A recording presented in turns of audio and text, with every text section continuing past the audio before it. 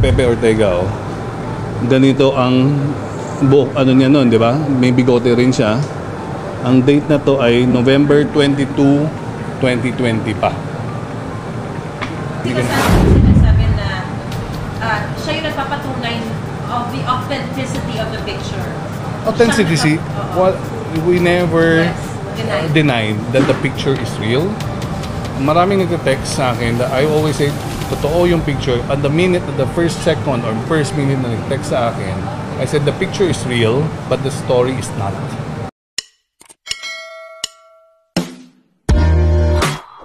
Kasalukuyang Special Envoy of the President to the People's Republic of China for Trade, Tourism, and Investment. No?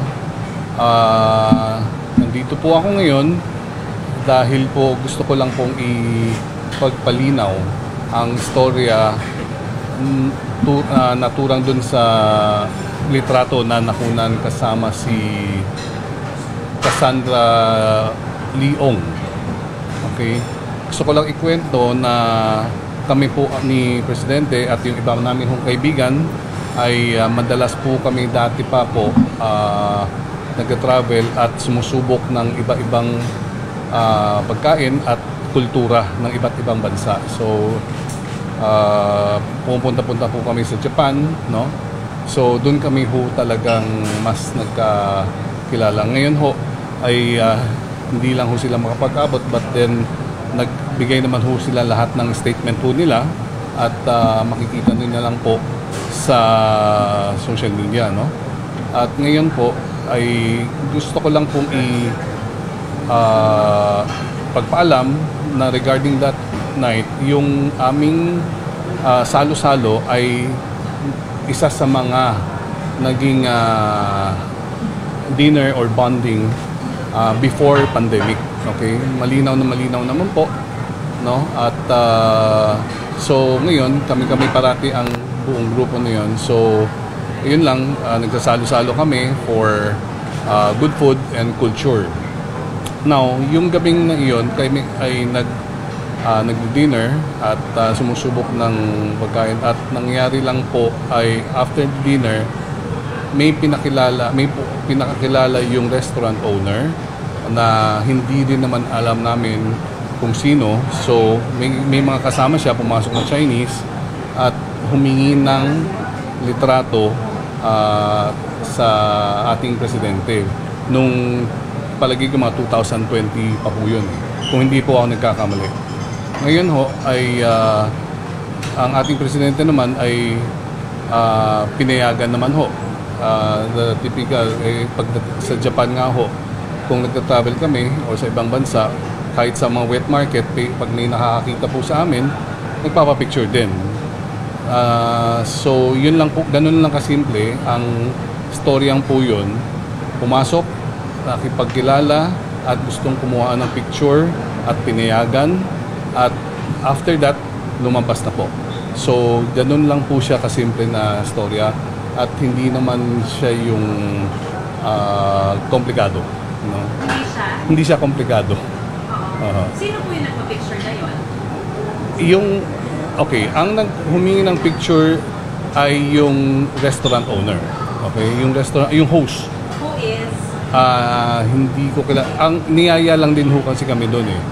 Okay, ngayon who is yung isa sa mga Filipino-Chinese, no? So niyaya kami doon at para sumubok ng pagkain. That was after I think lockdown ng pandemic. Yeah. So, you confirm na totoo yung litratong yun? Hindi siya Photoshop, hindi siya meme, hindi siya fake? Litrato ay totoo, but yung storya po ay yun, mali. Ayun ang masasabi kong totoo. No? Saan kailan nangyari yung litratong yun? 2020, 2022? I think 20, hindi pa. Actually, 20, bagong kakatapos lang ng pandemic noon eh. Kakatapos ng lockdown. Okay, after 2020, if I may check para lang mas accurate so that you can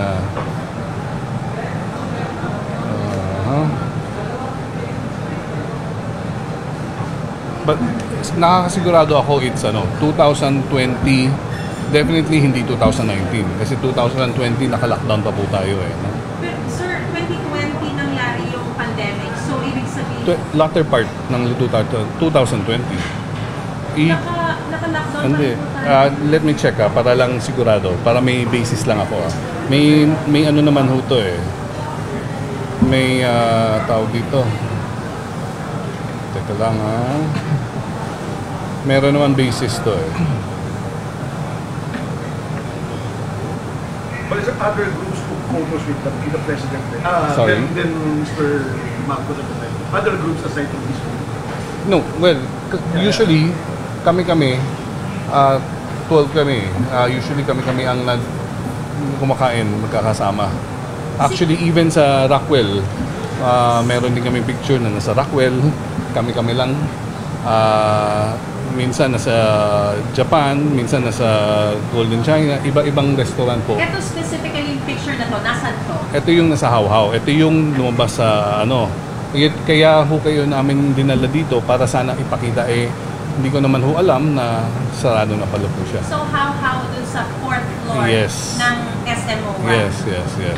So hindi yan sa Japan or No. Yung parte ng grupo na lagi kayong kumakain to try out different food and culture. Yes. Kasama ba doon si Cassandra Lee? No, 100% hindi. Kasi nalaman ko lang na si Cassandra Lee siya nung pumutok itong litratong ito. Never namin siya na-meet. Never namin, ni pangalan hindi namin ho alam. So pumasok lang, pinakilala nung restaurant owner para kumuha ng litrato. So yung sinasabi niyo pong nagpalitrato lang kay Presidente ay yung restaurant owner and Cassandra Leong. Nagpa-picture lang si Cassandra Leong yes. kay Presidente. Akala nga namin that time is receptionist or what So hindi siya parte ng grupo? Hindi, 100%. Sino yung restaurant owner dito sa litrato? Parang wala dyan. Basta ito mga kasama ni Cassandra. Ito mga kasama ni Cassandra mga Chinese. So, Kami ni nasan dito yung talagang original group? Sino yung mga Ito, nagpa-picture? 1, 2, 3, 4, 5, 6, 7, 8, 9, 10, 11, 12. Yan. So si Cassandra is not... Hindi and then- talaga. Pero wala dyan yung restaurant owner? Wala. Pakikita ko yung, para lang may basehan ko kayo Para, teka lang ho Sir, ano ang reaction niyo po dun sa sinasabi ni Attorney Topacio na this picture actually shows why POGO operations multiplied during the time of President? He's implying that talagang kaibigan ng Presidente, si Cassandra Leong. nung time ni President Marcos multiply ang POGO. This picture shows why POGO operations multiplied during the time of President Marcos. Palagay ko po hindi At analytically, mai-compute nyo naman kung kailan pwede itayo ang mga building, ilang years po ba ang kailangan para itayo ang mga building ho. Di ba po? So, and si President Marcos ay umupo lamang noong 2022 of July, di ba? July. So, technically speaking, parang imposible yata ho yun. And ang sinasabi rin po na this is also a clue kung bakit nagkaroon ng crackdown sa POGO operations. Clue for... Now that it has been revealed, parang it shows na parang this is a clue raw na why there is now a crackdown on POGO operations. No, not at all. I think beforehand, it's being more of na official lang ang pag-crackdown nung SONA. I think, although I think hindi hanggang towards ang declaration naman is binibigyan sila ng tamang panahon para mag-wrap up lang naman ho di ba ho? Why do you think is Attorney Pasio coming out with this picture, ano sa tingin niyo ang motibo? And then naming the president, showing that Cassandra Leong has a picture with the president and first lady. Sa totoo lang ho, mas maganda ho ay less talk, less mistake, no? Dahil ayaw naman natin paikutin ng paikutin at lalo lang lalala ang sitwasyon. Sa totoo lang, sa panahon ngayon, hindi naman na para mag-ungkatan, ay mas maganda move forward. Paano tayo i-improve, paano tayo uusad kapag panay hanapan ng butas na kahit hindi na nga pagkakamali ay gagawing pang storya, ay sana naman wag po. Pero sir, kasi it's already a story as it Yes, as it the is. story for So, me, do you the think reason it's why. politically motivated? I don't hope so. I don't hope so. No, I don't hope na it's political motivated. Mas palagay ko mas malalaman na lang ng ating kapwa Pilipino ang pakay, no? Sana naman po hindi. Okay, ayaw naman po natin maghusga, no? So this is just an isolated incident where This is one of the dinners that we have eh. Hinahanap ko lang yung mga pictures ho eh, para at least kayo mismo ho ay ano naman ho kayo na mas hanapin ko tong picture na to para yung date, may date stamp ho dito eh. have you talked to the president regarding No? this picture? No? Never. You're speaking Because our group feels that it's so unfair. Diba? It's so unfair already to the president that he keeps on working hard and then yet hindi matapos-tapos ang mga paghahanap ng storya, sabihin natin gano'n, no? Ayaw na lang nating magsalita ng walang katapusan. So para linawin lang Yes, na walang kinalaman ang presidente kay Cassandra Leong. Yes. Taliwas dun sa sinasabi ni Attorney Topacio. Yes, 100%. Yan ang sigurado ho ako.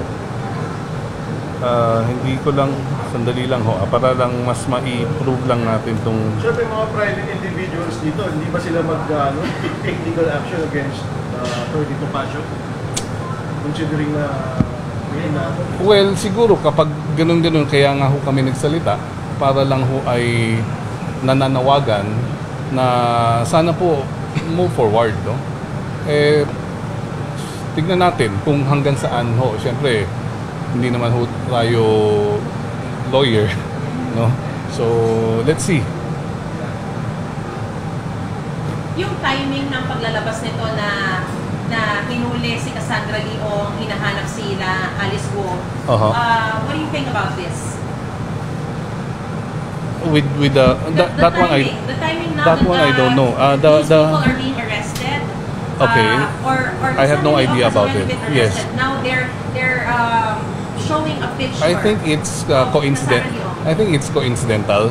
Now that na capture sila Cassandra Leong, I think all the more that they will be able to tell na kung talaga bang, 'di ba ho, kakilala ho namin or not, 'di ba ho? I think that's the first time and the last time we met. Sir, yung sa takbo ng picture na yan, kasi 2020, Papakita ko, bigyan niyo lang akong face mask pa tayo. may hawak actually na face mask si Presidente rito eh. Ayun ho. Tignan niyo ho. May hawak siyang face mask. So nagtanggal lang lahat. Nagtanggal lang ho lahat. Actually, si Pepe Ortega sa statement din niya at saka si nag-usapan ho sila during protest pa po yan eh. So, nag-usap sila na hindi nila iaahad yung kanilang bigote without na matatapos ito. Pakita ko lang yung picture para may date stamp ho ito, para sure lang tayo, ha? Ayoko lang ho magkamali. I can give you an exact date.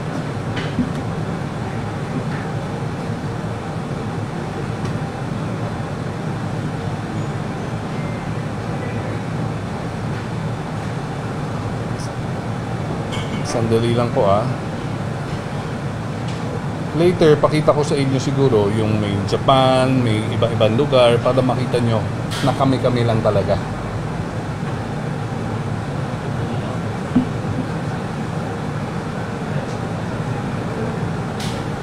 Actually, wala pala ako nitong picture.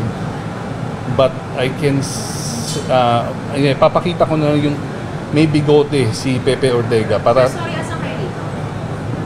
ito po sa likod. Hindi kayo nakita.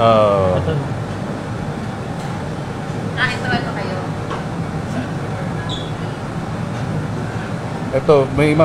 Ito na lang, yung picture na yan kasi wala ho ako eh. Hindi ko alam kung sino nagpipicture. Wait lang ah. Ito. Ito si Pepe Ortega oh. Ganito ang buhok ano niya noon, di ba? May bigote rin siya. Ang date na to ay November 22, 2020 pa.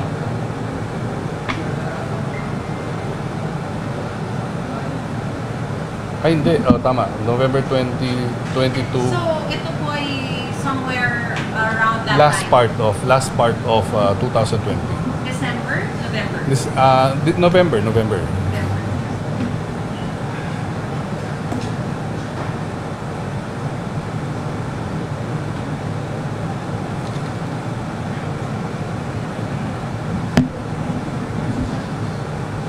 Sir, yung Benedict ba? Benito. Benito ano? Benito Techico.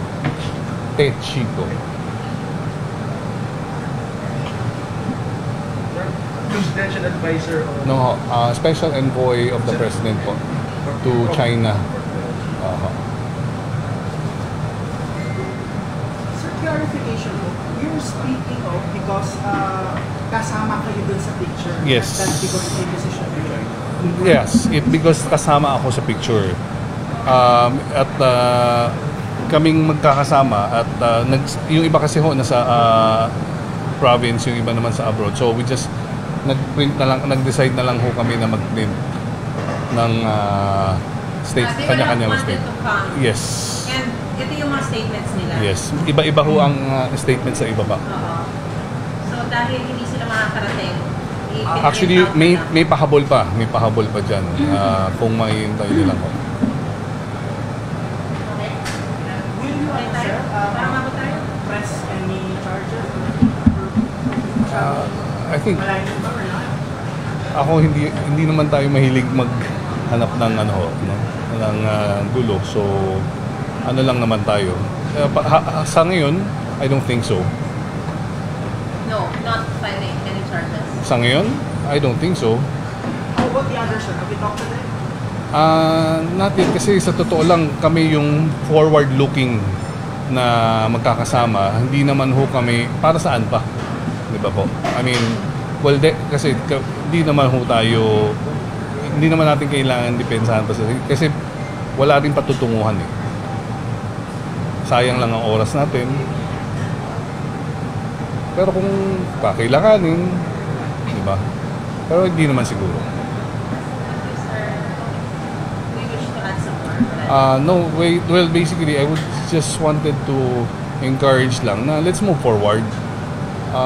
Wala tayong patutunguhan yan dito sa crisis na to kapag panay gawaan ng story. Do you have a message for Attorney Topacio? Yun lang siguro. Siya ang labas eh. Yes, if ever meron man, Attorney Topacio, let's just move forward. Yung katotohanan lamang na lang. Kapag totoo na lang siguro kung itong litrato na to, yung istorya na ipinalabas, ay sige lang. Pero pag hindi po, wag naman po sana. Kung meron kayong hard evidence na sinasabing ganito, wala tayong magagawa. Pero ako 100% ang sinasabi ko ay imposible. Imposible? Imposibleng totoo ang istorya. Sir, clarification. You're saying whatever Attorney Topacio said is lie. May kanya-kanyang perception kasi, no? May kanya-kanyang perception, may kanya-kanyang analysis. Photo or images can tell a lot of stories.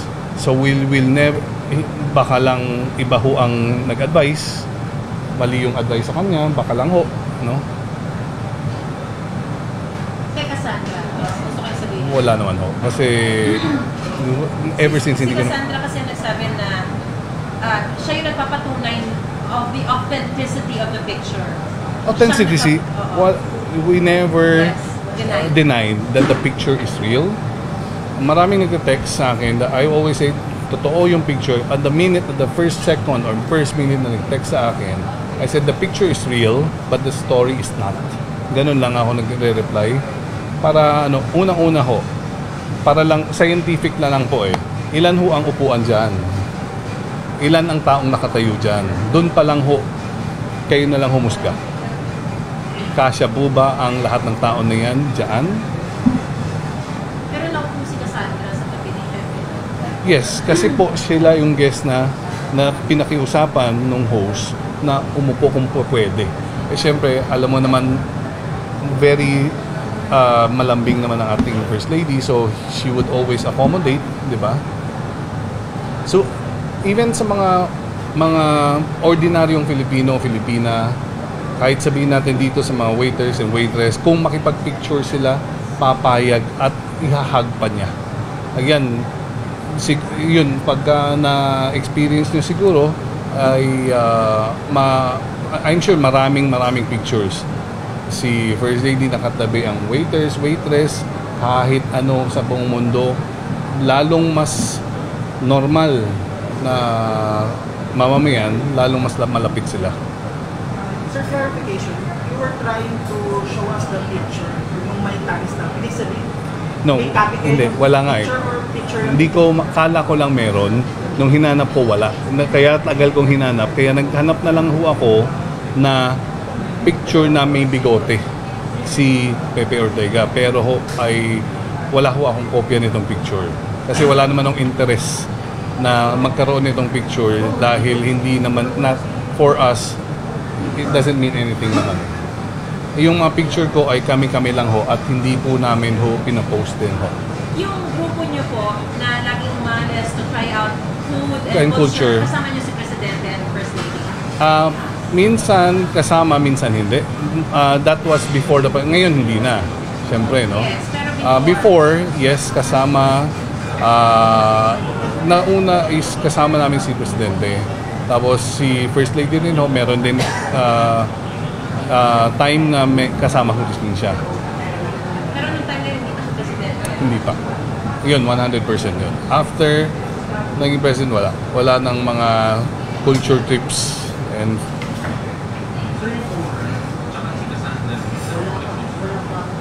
yan, hindi ko talaga alam. Sa totoo lang, hanggang dun sa lumabas yung picture, dun ko lang nalaman na siya si Cassandra Lee. Kasi nung lumalabas Cassandra Lee, ay hindi naman ako nag-interest dun sa story.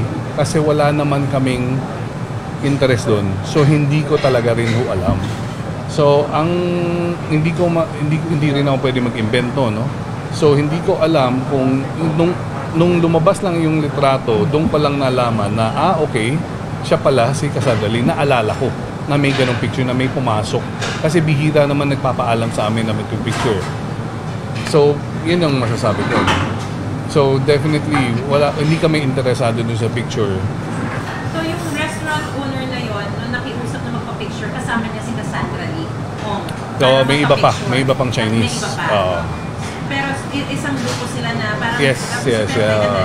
Parang typical celebrities pagka nakitang ng may mga fans. So, kilala ni restaurant owner si Cassandra.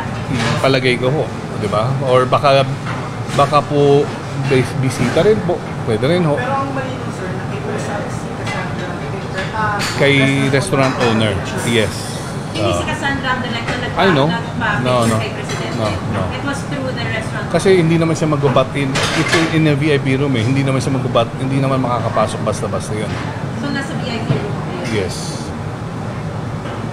Pwede niyo i-picture ang isa-isa yung mga para makita niyo yung mensahe.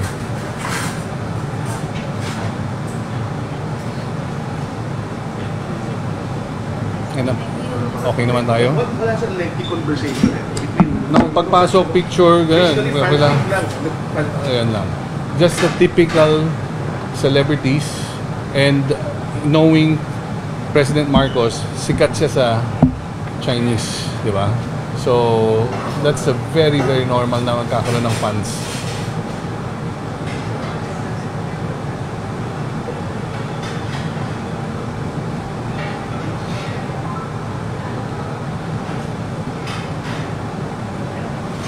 I think po. Kasi ano lang naman ho yun. Okay, sir. Thank you. Okay, klaro naman. Sana clear lahat.